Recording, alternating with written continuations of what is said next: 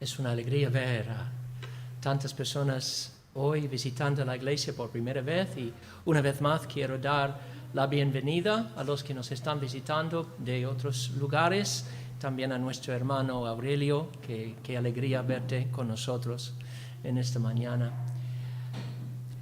Pues hemos pasado tiempo profundizándonos ya en el Salmo 19 y el estudio de este Salmo realmente me ha impactado mucho personalmente porque veo la gran relevancia de este Salmo para los tiempos en los que estamos viviendo, tiempos de mucho escepticismo, tiempos de mucho ateísmo. Y este Salmo afirma que Dios se ha dado a conocer con toda claridad a todos los hombres, de tal modo que nadie tiene excusa por no caer de rodillas delante de Él y confesar su gloria y pedir su perdón. Nadie tiene excusa, porque Dios se ha dado a conocer a todos a través de la creación. Y a nosotros que tenemos la palabra de Dios en nuestras manos, tenemos aún más razón para dar gracias a Dios porque aquí se nos ha revelado el camino de la salvación. Aquí, en este libro, vemos el plan de Dios para la salvación de los pecadores. Entonces hemos visto que Dios se ha revelado y se ha revelado a los hombres de dos maneras: por medio de la obra de sus manos, su creación, y por medio de su palabra. Y ahora nos toca considerar los últimos versículos de este salmo que realmente aplican a nuestras vidas todo lo que hemos visto hasta aquí, porque nos hablan de la respuesta del siervo de Dios a la enseñanza de su palabra. Los siervos de Dios son distinguidos de los hijos del diablo, por eso, por su forma de responder a la ley de Jehová. Y os recuerdo que cuando la Biblia habla de la ley de Jehová, la Torah, está hablando en realidad de toda la instrucción que Dios nos ha dado de forma escrita en su palabra. Su instrucción para vivir, para su gloria, para poder conocerle, para poder andar en comunión con Él. Toda la instrucción que nos ha dado sobre cómo podemos conocer al Señor, cómo podemos disfrutar de comunión con Él, cómo podemos andar para su gloria, toda esta instrucción es su ley, su Torah. Así que cuando este salmo habla de la ley de Jehová, los mandamientos, los preceptos, los juicios de Dios, realmente todas estas palabras son básicamente sinónimos. Están hablando de todo lo que Dios nos ha dado, su palabra de instrucción. Y para nuestro propósito en esta mañana voy a referirme a partir de ahora a la ley del Señor simplemente como la palabra de Dios. La palabra de Dios. ¿Cómo responde una persona regenerada a la palabra de Dios? ¿Y por qué responde así? Estas son las dos preguntas que vamos a tratar. ¿Cómo responde? Porque en esto se ve la gran diferencia entre una persona verdaderamente salva, regenerada por el Espíritu, y una persona que no conoce a Dios. Su respuesta a la palabra. Entonces vamos a considerar primero cómo los siervos del Señor responden a su palabra y segundo, por qué responden así. ¿Cómo responden? Pues en los versículos 10 y 11, David, que es el autor del Salmo, nos habla de esta respuesta y se puede resumir en 4 palabras que describen la actitud de un siervo humilde del Señor hacia la palabra. Las palabras son deseo, deleite, docilidad y diligencia. Deseo, deleite, docilidad y diligencia. En primer lugar, el siervo del Señor, una persona que ha nacido de nuevo, desea la palabra de Dios.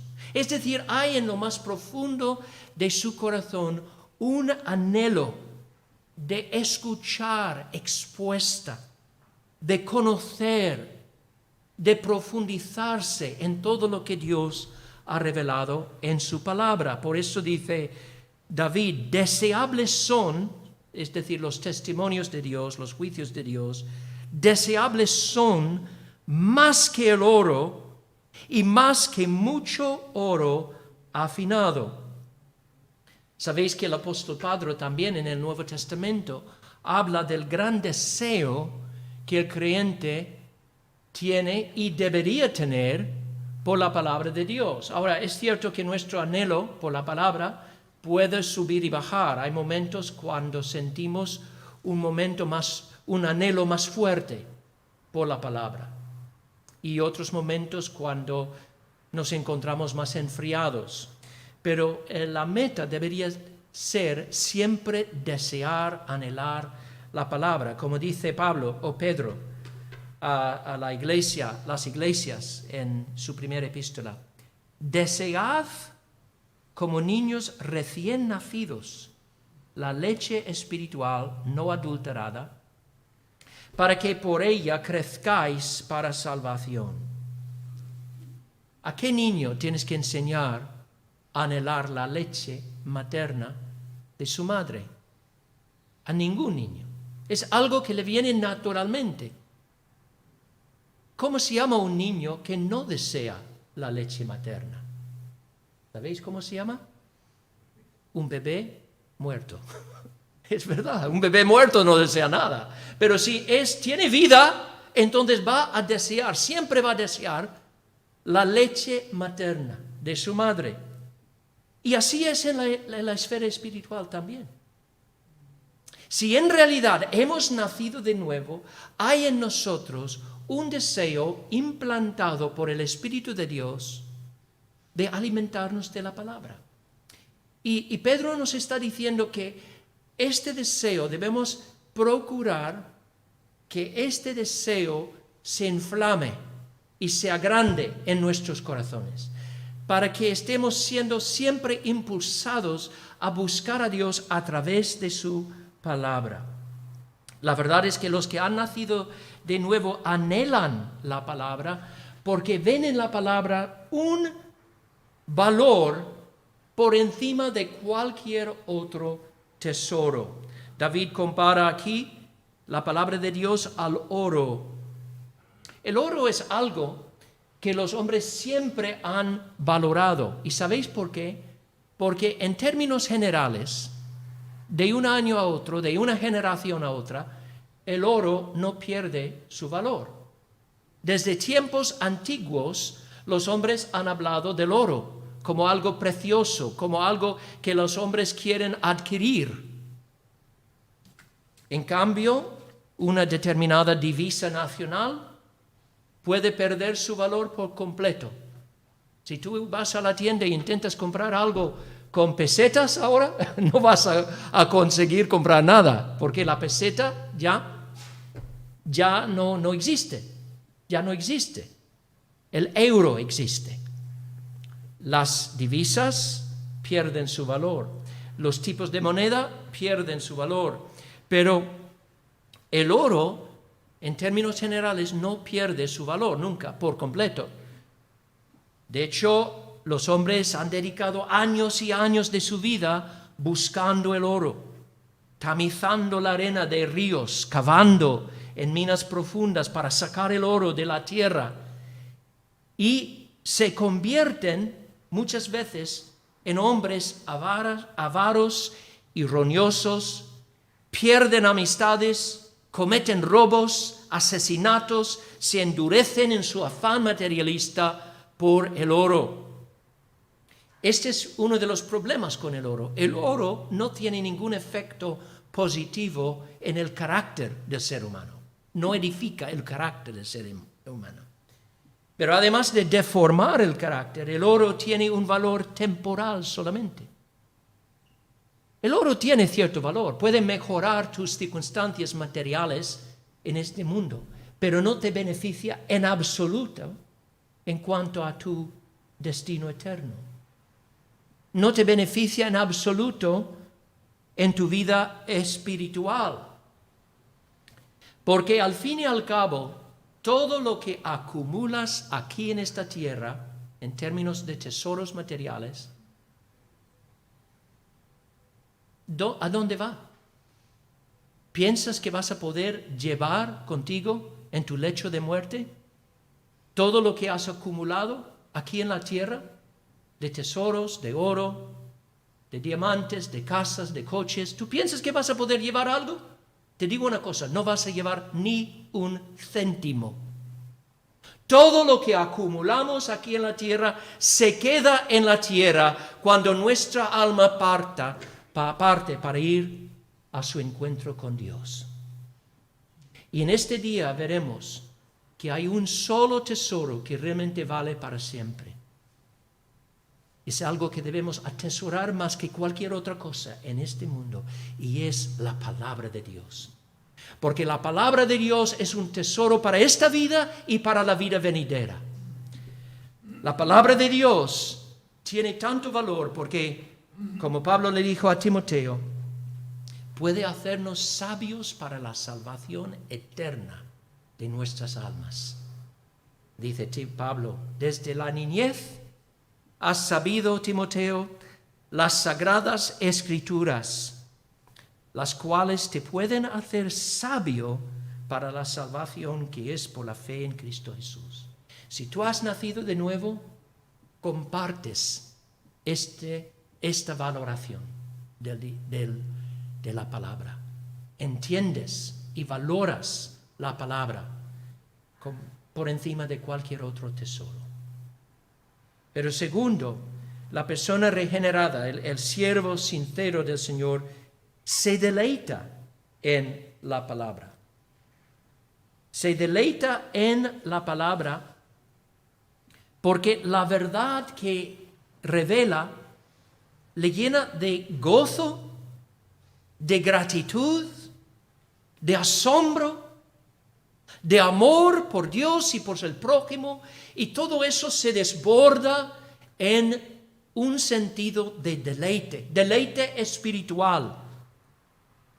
Por eso dice David que los testimonios de Dios son dulces más que la miel y que la que destila del panal. Cuando habla de la miel que destila del panal, está hablando de la miel que gotea de los panales de cera. O sea, la miel que sale de esas celdillas hexagonales del panal.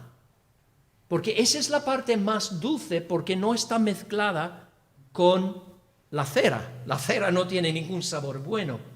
Pero la parte que gotea, que destila del panal, es la parte más pura, la parte más dulce.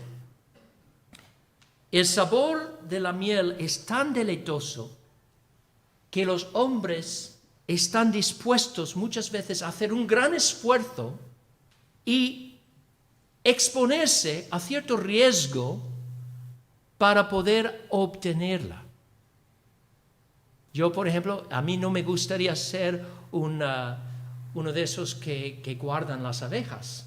Yo no sé cómo se atrevan a meter su brazo en una colmena para sacar la miel, pero es que la miel se valora tanto que las personas están dispuestos a exponerse a la posibilidad de picaduras, de un enjambre de abejas, para poder gozar y disfrutar de esa dulzura. Y quizá hay una lección en esto para nosotros. Y la lección es que para obtener las cosas más dulces, hay que hacer un esfuerzo para obtenerlas. Hay que incluso correr riesgos para obtener esa dulzura.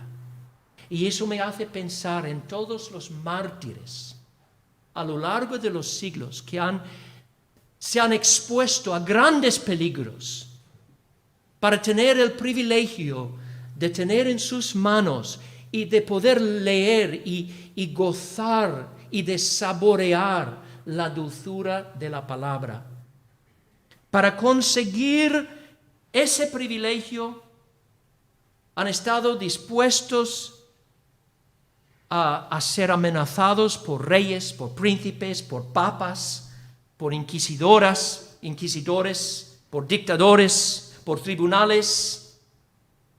Han corrido grandes riesgos porque valoraban más la dulzura de la palabra que la dulzura de vivir en este mundo. Es increíble realmente, pero eso es lo que hace el Espíritu de Dios en el corazón de una persona nacida de nuevo. Entiende y comprende que la dulzura de la palabra vale más que la dulzura de esta vida mortal. Y por eso esos mártires han estado dispuestos a ser quemados en hogueras, tirados a leones, por su amor por esa palabra tan dulce y de tanto valor. En tercer lugar, David habla de otra característica de los siervos del Señor y es su docilidad frente a la palabra. Dice en el versículo 11, tu siervo es además amonestado con ellos. Es decir, el hombre que realmente ama a Dios presta atención humildemente a sus palabras y toma muy en serio las advertencias de la palabra.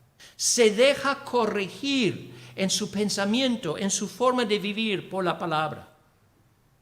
Se deja advertir a los peligros de tal modo que se aparta del camino de la maldad y del peligro y del error. Esa palabra amonestar, cuando dice aquí, tu siervo es además amonestado con ellos, viene de un verbo que significa brillar o arrojar luz sobre algo.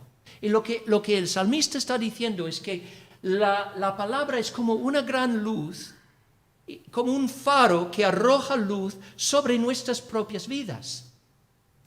Y cuando vemos que el camino por donde andamos, ese camino nos va a llevar a un barranco, que estamos en peligro de una pérdida enorme, entonces la persona regenerada responde de forma dócil a esta amonestación. Toma en serio la advertencia y huye del peligro. ¿Sabes? Hay muchas personas, muchísimas personas que solamente se convierten a Cristo de esa manera, por medio de las advertencias de la palabra. Así fue en mi caso, os digo la verdad. Yo fui criado en una iglesia protestante liberal. Es decir, cuando era joven, mis padres me llevaban siempre a iglesias que hoy en día se considerarían iglesias progresistas de teología liberal. Y no me acuerdo de haber oído absolutamente nada durante mi niñez en esas iglesias del juicio de Dios, de la realidad del infierno, del peligro, de la posibilidad de perder el alma para siempre. No oí nunca un claro llamamiento al arrepentimiento y no me convertí. No me convertí porque no entendía el Evangelio. Pero posteriormente, cuando ya era adolescente y conocí a algunos amigos bautistas y me hablaron de estas cosas por primera vez, y luego empecé a profundizarme yo personalmente en la palabra y empecé a estudiar las enseñanzas de Jesús, quedé asombrado y me dije, pero ¿por qué no me han enseñado esto? ¿Por qué no me han mostrado lo que dice Jesús acerca del peligro de perder el alma? Y empecé a sentir una fuerte convicción de mi propio pecado, de mi propia pecaminosidad. y mi gran necesidad de ser perdonado por Dios, por mis pecados, ser justificado y aceptado por Él. Y empecé a buscarle, hasta que en su gracia y misericordia Él me halló. Y abrió mi corazón para entender la grandeza de su gracia. Con versículos como cuando el Cristo dice, yo no he venido para buscar a los justos, sino para llamar a los pecadores al arrepentimiento. Me dije, entonces este mensaje es para mí, porque soy pecador. Y Cristo ha venido para salvarme a mí, y confié en Él. Confié en Él. La verdad es que el Nuevo Testamento está lleno de advertencias.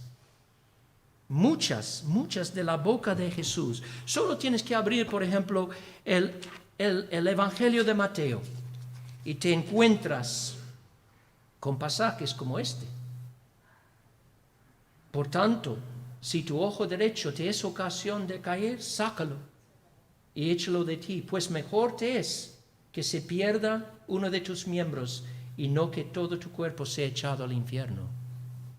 Esta es palabra de Jesús. O Mateo 10, 28.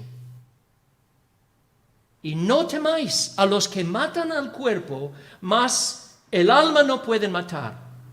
Temed más bien a aquel que puede destruir el alma y el cuerpo en el infierno. O Lucas 13, otro pasaje muy aleccionador, cuando Cristo dice, esforzaos a entrar por la puerta angosta, porque os digo que muchos procurarán entrar y no podrán. No podrán. Y cuando yo leí versículos como estos, yo me daba cuenta de una cosa. No podía dar por sentado que iba al cielo. Cristo está diciendo claramente que hay muchos que no van a llegar al reino eterno. Muchos que van a perderse eternamente, que van a perder sus almas. Cristo obviamente quiere despertarnos a una realidad, a un peligro que es real. Quiere que seamos conscientes de este peligro y que respondamos a la advertencia. No quiere asustarnos con peligros imaginados, fantasiados e inventados por la imaginación humana. Si es así como piensas, estás llamando a Jesús mentiroso. Estás calumniando a Él. Él no miente, no se equivoca, es el Hijo de Dios. Y nos advierte acerca de una gran realidad. El problema con el llamado cristianismo progresista es que trata estos temas del infierno, del juicio final, con una actitud irreverente, escéptica y burlona. Yo he escuchado a teólogos progresistas burlarse de esta enseñanza tan solemne de las Sagradas Escrituras. Pues el cristiano verdadero no responde así, porque tiene una actitud dócil y sumisa a la palabra de Dios. Reconoce su autoridad. Esto no es palabra de hombre, es palabra del Creador del universo.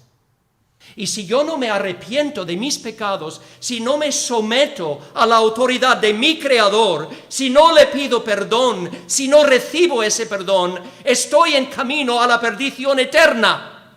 Y debería despertarme antes que me encuentre en las llamas del infierno.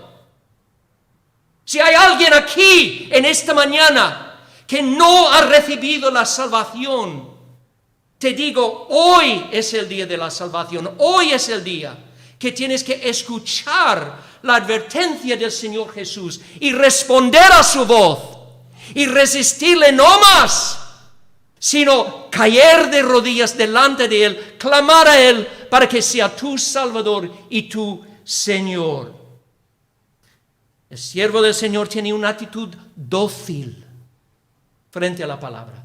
Y finalmente tiene una actitud diligente, porque es diligente en procurar guardar la palabra de Dios. ¿Por qué? Porque entiende, como dice David en el versículo 11, que en guardarlos, es decir, en guardar los mandamientos, los juicios, los testimonios del Señor, hay grande galardón. Grande galardón. Es decir, el camino de obediencia a Dios es el camino de bendición. Pero tenemos que entender muy bien cuál es la base de esa bendición. Y para un pecador caído nunca puede ser los méritos de su obediencia. Porque nunca vamos a alcanzar la perfecta justicia de Dios. Por mucho que nos esforcemos, siempre vamos a quedar cortos. Nunca vamos a alcanzar la perfección absoluta de Dios. Por eso, la única base de su bendición son los méritos de Jesús, no nuestros méritos. O sea, la enseñanza de la palabra es esta, que el camino de bendición es el camino de obedecer a Dios. Así que debemos procurar andar en el camino de sus mandamientos, pero entendiendo esto, de que cuando Dios nos bendice, no nos bendice por ningún mérito personal, ningún mérito en nuestra obediencia, sino nos bendice solo y únicamente por los méritos de Jesús, los cuales nos han sido imputados gratuitamente a través de la sola fe en Él. Entonces, esto es el llamamiento del creyente. Y resumiendo todo hasta aquí, podemos decir, esta es pues la respuesta de un alma regenerada a la palabra de Dios. Desea la palabra, anhela la palabra, se deleita en ella. Es dócil y sumisa a lo que Dios nos revela en su palabra. Recíbela y es diligente en guardarla. Y ahora esto nos lleva a la segunda parte, la segunda pregunta que vamos a tratar en esta mañana, y es ¿por qué responde así a la palabra el siervo del Señor? Responde así porque entiende dos cosas muy bien. Entiende su propia pecaminosidad y la gran capacidad que tiene de engañarse a sí mismo y andar por un camino errado. Por eso en humildad busca la palabra porque sabe que necesita la palabra para ser liberado del camino del error. Entiende su pecaminosidad. Y segundo lugar, entiende el papel que Dios le ha asignado a la palabra en liberar y transformar a sus hijos. Cuando David contemplaba la perfección de la ley divina, se sentía abrumado por causa de su propia pecaminosidad. Por eso ora así en el versículo 12, ¿quién podrá entender sus propios errores? Líbrame de los que son ocultos. Ahora, cuando David aquí habla de errores ocultos, tenemos que entender muy bien de qué está hablando.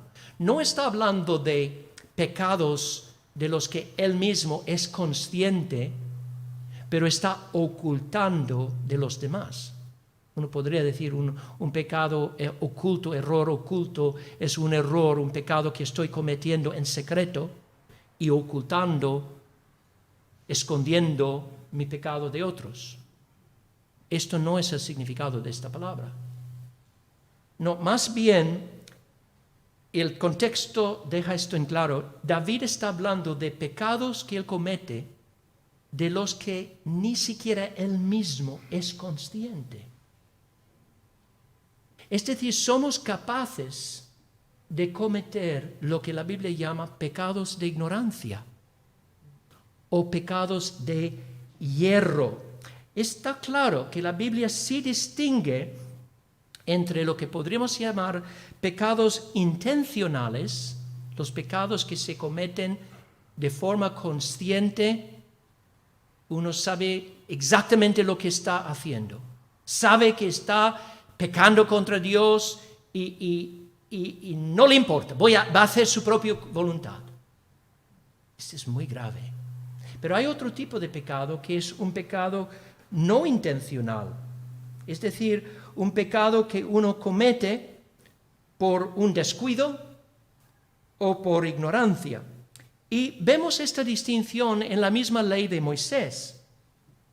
Por ejemplo, la ley de Moisés habla de esos pecados por hierro o de ignorancia, y nosotros mismos en nuestra experiencia seguramente sabemos de lo que estoy hablando, ¿no? Porque a lo mejor alguna vez has hablado a tu cónyuge o a tus hijos en un tono de voz áspero o duro, pensando en el momento que las circunstancias justificaban esa manifestación de ira y desagrado.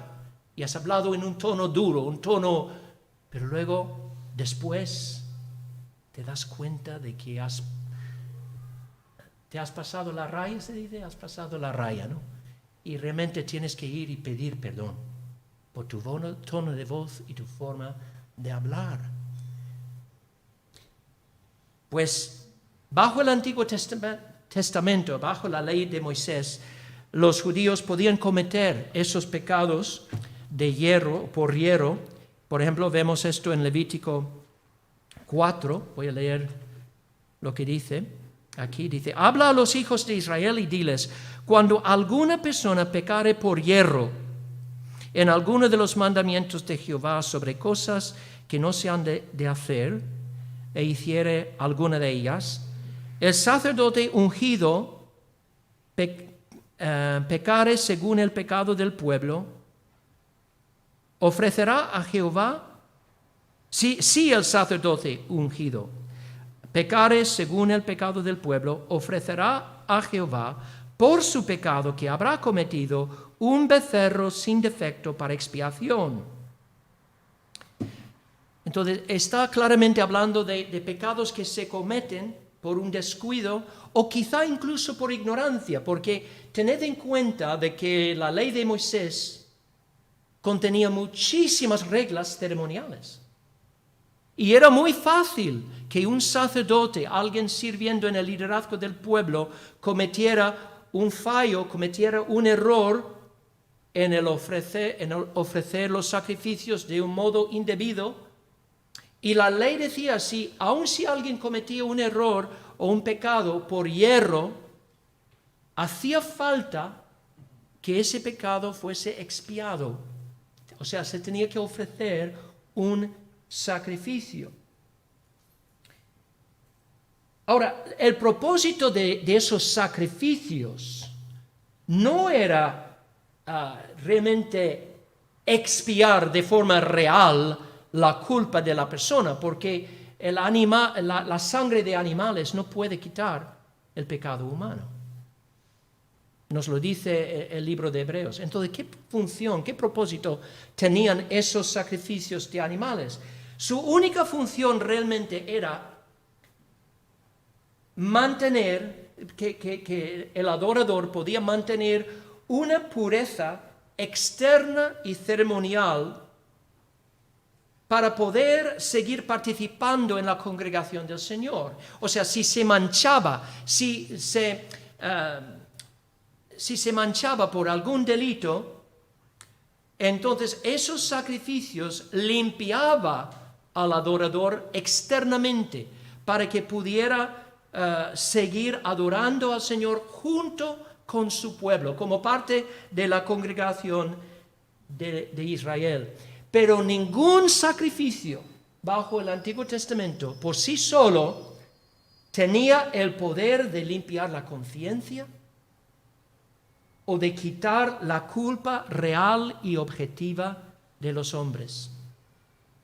Por eso hacía falta un sacrificio mejor, el sacrificio de nuestro Señor Jesús. El sacrificio de Jesús es el único sacrificio que realmente quita el pecado una vez por todas. Y es importante notar también que bajo la ley de Moisés no había sacrificios por todos los pecados.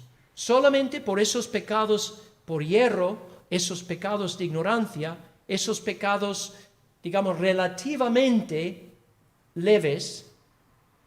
Pero si uno cometía un pecado moral muy grave, de forma consciente, deliberada, intencional, no había ningún sacrificio que se podía ofrecer. Si uno cometía adulterio, si uno cometía blasfemia, idolatría, ¿qué sacrificio podías ofrecer? Ninguno, ninguno.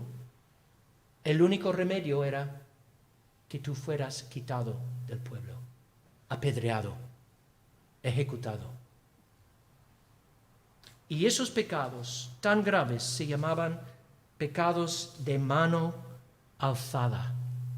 Esos pecados que surgen de un espíritu de soberbia, de irreverencia, de rebelión contra la autoridad de Dios. Y eran más graves porque las personas que cometían esos pecados sabían muy bien que hacían mal y no les importaba, porque solo querían satisfacer su deseo. ¿O piensas que David cometió adulterio con Betsabé en ignorancia? ¿O que ordenó la matanza de su marido en ignorancia? Claro que no. David sabía muy bien lo que hacía.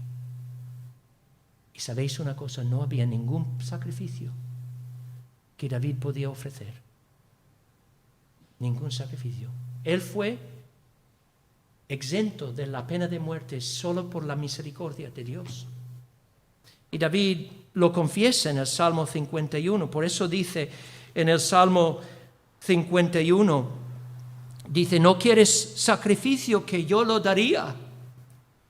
No había sacrificio. Dijo, ¿no quieres holocausto? Los sacrificios de Dios son el espíritu quebrantado. Al corazón contrito y humillado no despreciarás tú, oh Dios. O sea, David sabía que no podía hacer nada para expiar su pecado, solo podía arrojarse sobre la misericordia de Dios y decir, heme aquí, Señor, he pecado, no puedo hacer nada para reparar la salvación de mi situación, confiando en Dios, de que de algún modo Dios podría perdonarle, Dios podría hallar algún sacrificio. Y quizás se acordaba de Abraham. Y como cuando Abraham iba a ofrecer a Isaac en el monte de Moría, que Dios proveyó un sustituto, ese carnero que estaba ahí atrapado en un arbusto. Y Abraham ofreció el carnero en lugar de su propio hijo. O quizá pensó en el Éxodo y cómo Dios rescató a los primogénitos de Israel por medio del Cordero de la Pascua. Y confió de que de algún modo Dios proveerá por mí, por mi necesidad. Ahora, no sabemos si este salmo fue escrito antes o después del pecado que David cometió con Betsabé. No lo sabemos. Sabemos que es un salmo de David. Pero tendría mucho sentido que escribiera este salmo después de haber cometido su pecado y después de haber recibido el perdón de Dios. Porque vemos en los últimos versículos que David entiende muy bien dos realidades. Entiende muy bien su propia pecaminosidad, su propia capacidad de caer en pecados, errores ocultos, de ni siquiera saber los pecados que uno ha cometido y pecados más graves. Hay como unos pasos que se dan, ¿no? Que a veces el pecado comienza pequeño, como un acto impulsivo. Quizá la primera vez que David miró a Betsabé desnuda, bañándose, surgió la lujuria en su corazón casi espontáneamente, no de forma premeditada. Pero ese pecado de lujuria dio paso a un pecado más grave, porque cuando ya concibió el plan de tomarla por mujer, de eliminar a su marido, pues ya se agravó mucho el pecado. Y cuando cometió ese pecado y llevó a cabo su plan siniestro, malicioso contra su marido, ¿sabes lo que pasó? Quedó totalmente esclavizado por su pecado, dominado por ese pecado. Por eso dice aquí: líbrame de los que me son ocultos, preserva también a tu siervo de las soberbias. ¿Cómo es que fue capaz de cometer un pecado tan grave, robando a un hombre su mujer, matando al hombre? Porque era el rey. Y el rey puede hacer lo que quiere. La soberbia. Dice: preserva también a tu siervo de las soberbias, que no se enseñoreen de mí. Es que durante casi un año ese pecado se enseñoreó de David, le cegó. ¿Hasta cuándo? Hasta que Dios le envió su palabra en la persona del profeta Natán. Y el profeta puso el dedo en la llaga y dijo: tú eres el hombre. Y esa palabra llegó al corazón de David como una flecha. Y en vez de resistir esa convicción, en vez de enfadarse con Natán, se humilló delante de Dios y fue liberado de su pecado, liberado de su ceguera. Por eso dice aquí: líbrame. Líbrame de esos pecados ocultos, líbrame de las soberbias que no se enseñoreen sobre mí. Y lo que David ha aprendido es el papel que tiene la palabra en liberar a los siervos de Dios. David no podía liberarse. Cuando se entregó a gratificar su lujuria, a justificar sus caminos, había uno solo que podía liberar a David del camino del error: el Señor mismo. Y la herramienta que el Señor usó para liberar a David fue la palabra de Dios. David vio que Dios usó esa palabra para liberarle, y cuando vio su pecado, confesó su pecado a Dios. Ahí vemos que la confesión es la clave para no endurecernos en el pecado. Cuando por medio de la palabra quedamos convencidos de nuestro pecado, tenemos que tener mucho cuidado, porque estamos en un momento giratorio de volver al Señor y hallar vida en Dios, o de endurecernos más y alejarnos de Dios. Y lo que hace toda la diferencia es reconocer y confesar nuestros pecados. ¿Qué es lo que el apóstol Juan dice en su primera epístola sobre esto?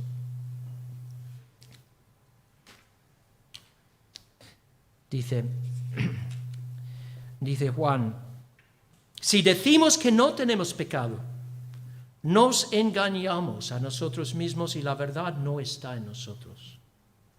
Si confesamos nuestros pecados, Él es fiel y justo para perdonar nuestros pecados y limpiarnos de toda maldad. ¿Y qué es la confesión?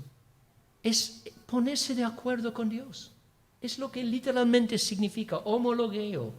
Significa decir lo mismo que Dios. Es ir a Dios y decir, Dios, tienes razón en lo que dice. Yo he pecado, soy un pecador, perdóname, lávame, límpiame, restáurame. Y Dios lo hizo en el caso de David y puede hacerlo en tu vida también.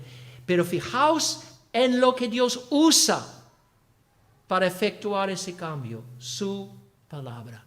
La palabra que te está llegando en esta mañana, ¿cómo vas a responder a la palabra en esta mañana? Si el Señor está escudriñando tu corazón, si te está mostrando algún error oculto, alguna soberbia, entiende la gracia que estás recibiendo, confiesa en tu corazón al Señor este pecado y serás restaurado. Dios nos libera por la palabra y finalmente Dios nos transforma por la palabra. Es interesante, la misma palabra que nos libera de lo malo también nos llena de lo bueno. Y este es el énfasis del último versículo, cuando dice David, sean gratos los dichos de mi boca y la meditación de mi corazón delante de ti, oh Jehová, roca mía y redentor mío.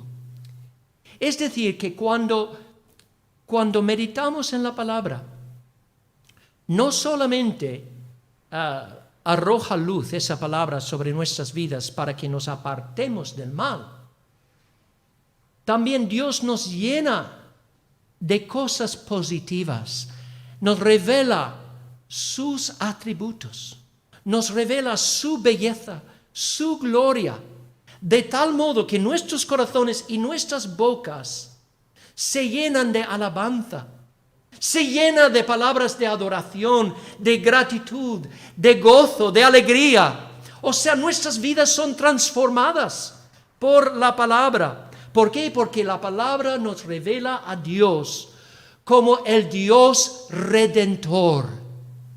Por eso dice, oh Jehová, roca mía y redentor mío.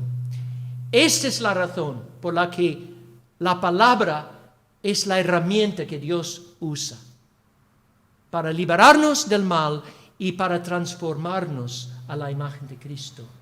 Porque la palabra es como Dios nos revela a su Hijo.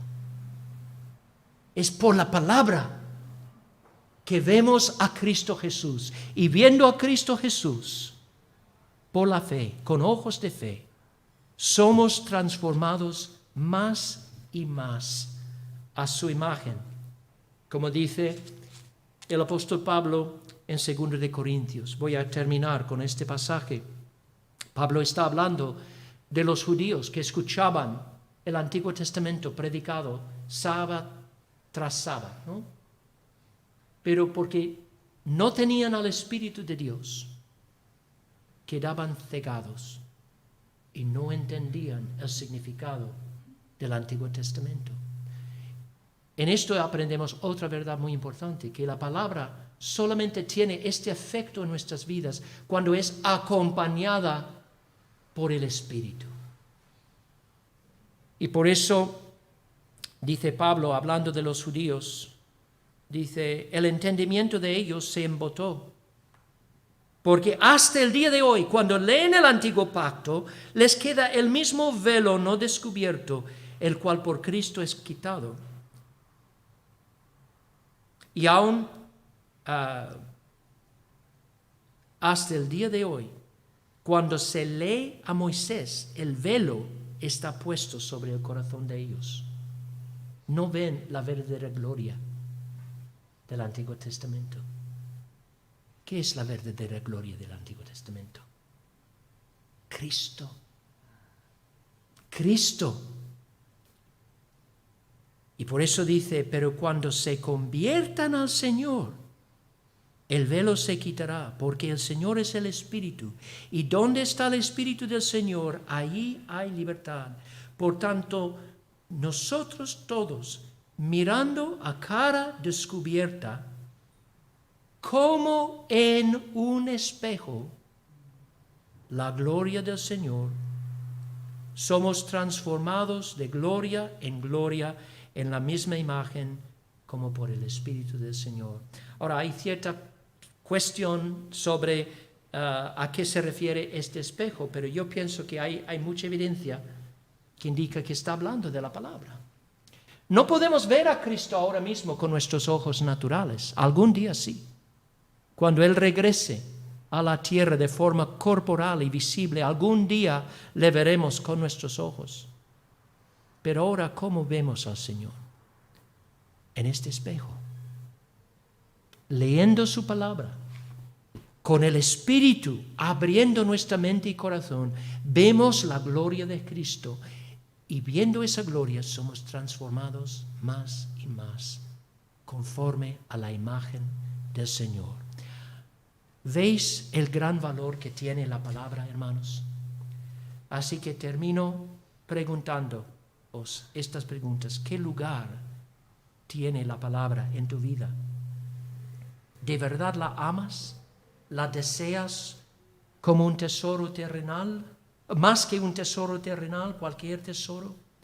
¿Te deleitas en sus enseñanzas? ¿Recibes con mansedumbre sus advertencias? ¿Eres diligente en guardarla?